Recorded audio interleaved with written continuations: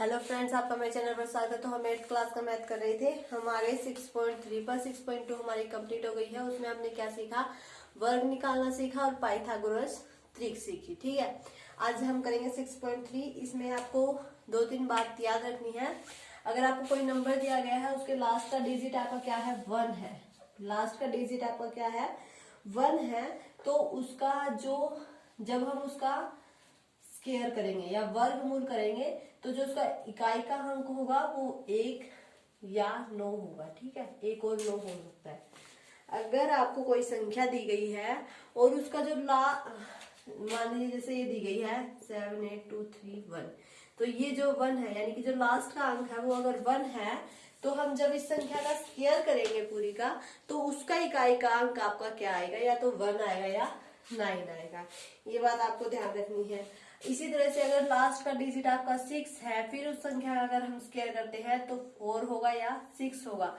अगर लास्ट का डिजिट 5 है, उस संख्या का स्क्वायर करते हैं तो वो आपका 5 ही आएगा। ठीक है, ये 2-3 बातें आपको याद रखनी है। और एक बात ये याद रखनी की, जिस संख्या में आपके ये 4 नंबर आ जाए, जिस संख्या के अंत का जो नंबर है वो आपका इन चारों में से आ जाए, तो वो एक पूर्ण वर्ग संख्या नहीं होगी। तो वो क्या होगी, एक पूर्ण वर्ग संख्या नहीं होगी अगर लास्ट का नंबर इन चारों में से आपका आ जाता है। ठीक है, उसके बाद हम कुछ और सीखेंगे। पहले हम यही 2 क्वेश्चन जो है वो सोल्व करते हैं। तो जो फर्स्ट क्वेश्चन दिया गया है वो आपके ऊपर वाले पर बेस है, जो सेकंड है वो नीचे वाले पे। तो फर्स्ट क्वेश्चन का फर्स्ट पार्ट आपको ये दिया गया है कि 9801 जब हम इसका स्क्वायर करेंगे तो जो इसका स्क्वायर करेंगे उसके इकाई के अंक की क्या क्या संभावना है, यानी कि उसका जो इकाई का अंक है वो क्या क्या आ सकता है, उसकी संभावना क्या क्या है। तो मैंने आपको बताया अगर इसका लास्ट डिजिट 1 है तो इसका इकाई के अंक की क्या क्या संभावना होगी, या तो इसके स्क्वायर के इकाई के अंक की क्या क्या संभावना होगी, या तो वो 1 होगा या 9 होगा। बस आपको इतनी सी बात लिखनी है कि अगर इसका इसी संख्या का लास्ट डिजिट 1 है तो जो इसका वर्गमूल करेंगे तब इसके इकाई के अंक की संभावना है कि या तो 1 होगा या 9 होगा। ठीक है, बस यही क्वेश्चन में आपको यही लिखना है। जैसे सेकंड दिया गया है 9 9 8 5 6 आ गया, इसका स्क्वायर करेंगे। मैंने आपको बताया था कि क्या आएगा, या तो 4 आएगा या 6 आएगा। वही बात आपको इसमें लिखनी है सेम एज इट इज, कि जब हम इसकी संख्या के जो लास्ट का जो नंबर है वो 6 है, अगर हम इसका स्क्वायर करते हैं संख्या का तो उसकी इकाई के अंक आने की क्या क्या संभावना है, या तो 4 आएगा या फिर 6 आएगा। ये 2 नंबर ही आएंगे और नहीं आएगा तीसरा कोई भी।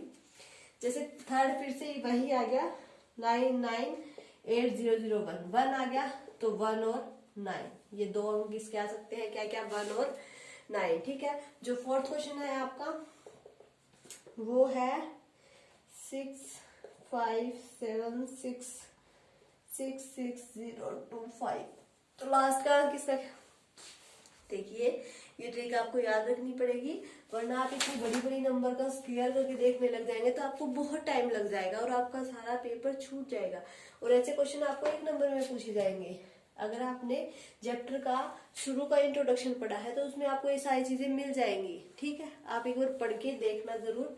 तो इसका लास्ट का अंक क्या है, 5 है। तो मैंने बताया था 5 होगा, तो उसका जब हम स्क्वायर करेंगे तो उसका भी इकाई के अंक आने की क्या संभावना है कि वो 5 ही आएगा और कोई अंक नहीं आएगा। तो ये 2-3 बातें आपको याद रखिए। ठीक है, जैसे नेक्स्ट दिया गया है कि बिना गणना बताए कि संख्या वास्तव में पूर्ण वर्ग है या नहीं। तो जो सेकंड क्वेश्चन है उसका फर्स्ट पार्ट हमें दिया गया है 153। अभी अभी मैंने आपको 4 संख्याएं ऐसी बताई हैं कि अगर लास्ट में वो आ जाती है तो वो संख्या जो है वो किसी भी हालत में आपका पूर्ण वर्ग नहीं होगा, किसी भी हालत में आपका पूर्ण वर्ग नहीं होगा। तो हमारी संख्या लास्ट में 2 3 7 8, ये चारों आपको क्या रखनी है, याद रखनी है। तो इसकी जो लास्ट की संख्या है वो क्या है, 3 है। 3 इसमें है, तो यहाँ आप यहाँ लिख सकते हैं कि यह एक पूर्ण वर्ग संख्या नहीं है।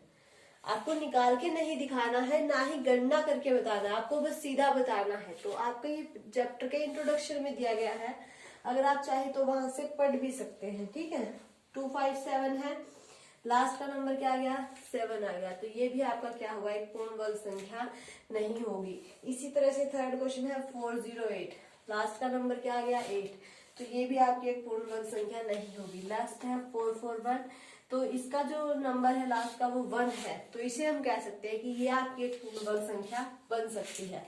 इसकी संभावनाएं है पूर्ण वर्ग संख्या बनने की, मगर इन तीनों की बिल्कुल भी नहीं है। क्लियर है क्वेश्चन? तो इनके लिए तो आपको ये याद रखना पड़ेगा, लेकिन जो नेक्स्ट क्वेश्चन है उसके लिए आपको कुछ भी याद नहीं रखना है, वो आपको करके दिखाना है।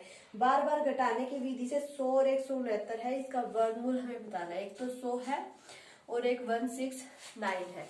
और बार बार घटाने की विधि क्या कहती है?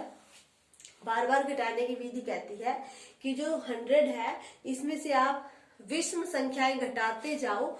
कब तक घटानी है? जब तक 0 ना बन जाए। कब तक घटानी है? जब तक 0 ना बन जाए, तब तक इसमें से आपको सिर्फ विषम संख्याएं घटानी है। कौन सी? सिर्फ विषम संख्याएं घटानी है। और आप क्वेश्चन सोल्व कर सकते हैं। जैसे विषम संख्या पहली हमारी क्या होती है? 1, तो 1 घटाया तो आपका आ गया 99।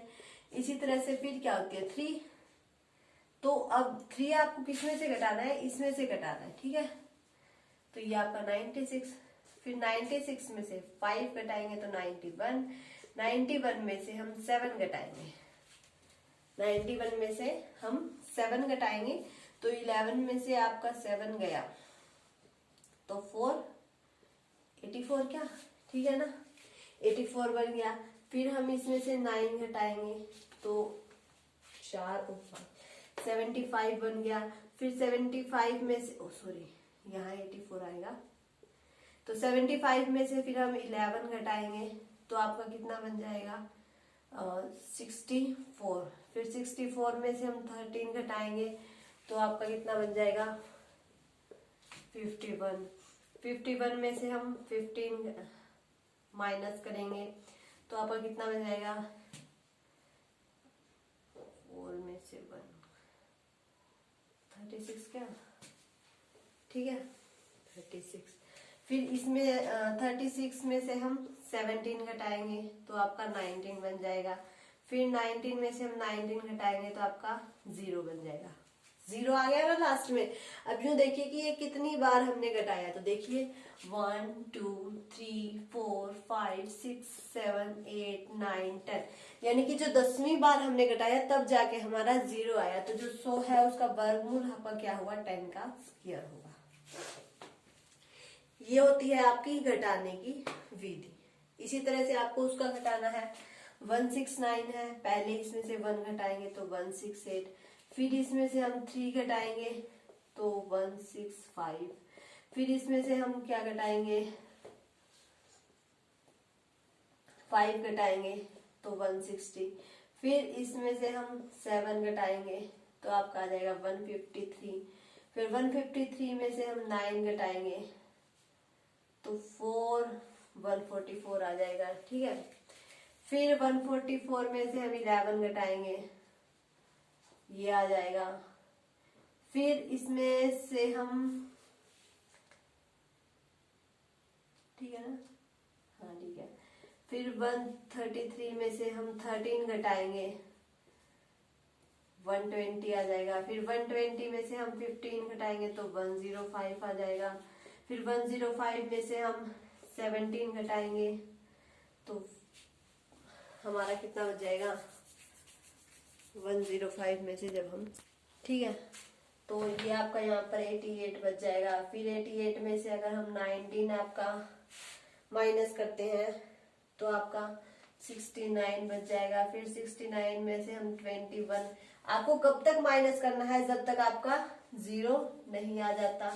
फिर 48 में से 23 माइनस करेंगे तब हमारा कितना बच जाएगा?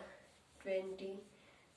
फिर 25 में से 25 माइनस करेंगे तो हमारा 0 आएगा। तो अब आप गिन सकते हैं कि कितनी बार में 0 आया? 1 2 3 4 5 6 7 8 9 10 11 12 13, यानी कि जो 169 है ये किसका स्क्वायर होता है? 13 का स्क्वायर होता है, ठीक है। तो इस तरह आप जो है वो घटाने की विधि से बता सकते हैं कि किसका वर्गमूल क्या होगा। तो जो 169 है उसका वर्गमूल आपका क्या होगा? 13 होगा, और जो 100 है उसका वर्गमूल आपका क्या होगा? 10 होगा, ठीक है। तो इसका वर्गमूल तो आपका क्या होगा? 13 होगा। जितनी बार में 0 आ जाए वही आपका उस संख्या का वर्गमूल बन जाएगा। जैसे 100 10 बार में आ गया तो इसका वर्गमूल आपका 10 हो गया। तो ये 2-3 क्वेश्चन है, बहुत आसान है। अगर आपको इनमें अभी भी कोई डाउट है तो बताइएगा। वीडियो अच्छी लगे तो इसे लाइक कीजिए, शेयर कीजिए, और अगर आप मेरे चैनल पर नए हैं तो सब्सक्राइब करके बेल आइकन दबा दें ताकि आपको मेरे आने वाले वीडियो के नोटिफिकेशंस मिलते रहें।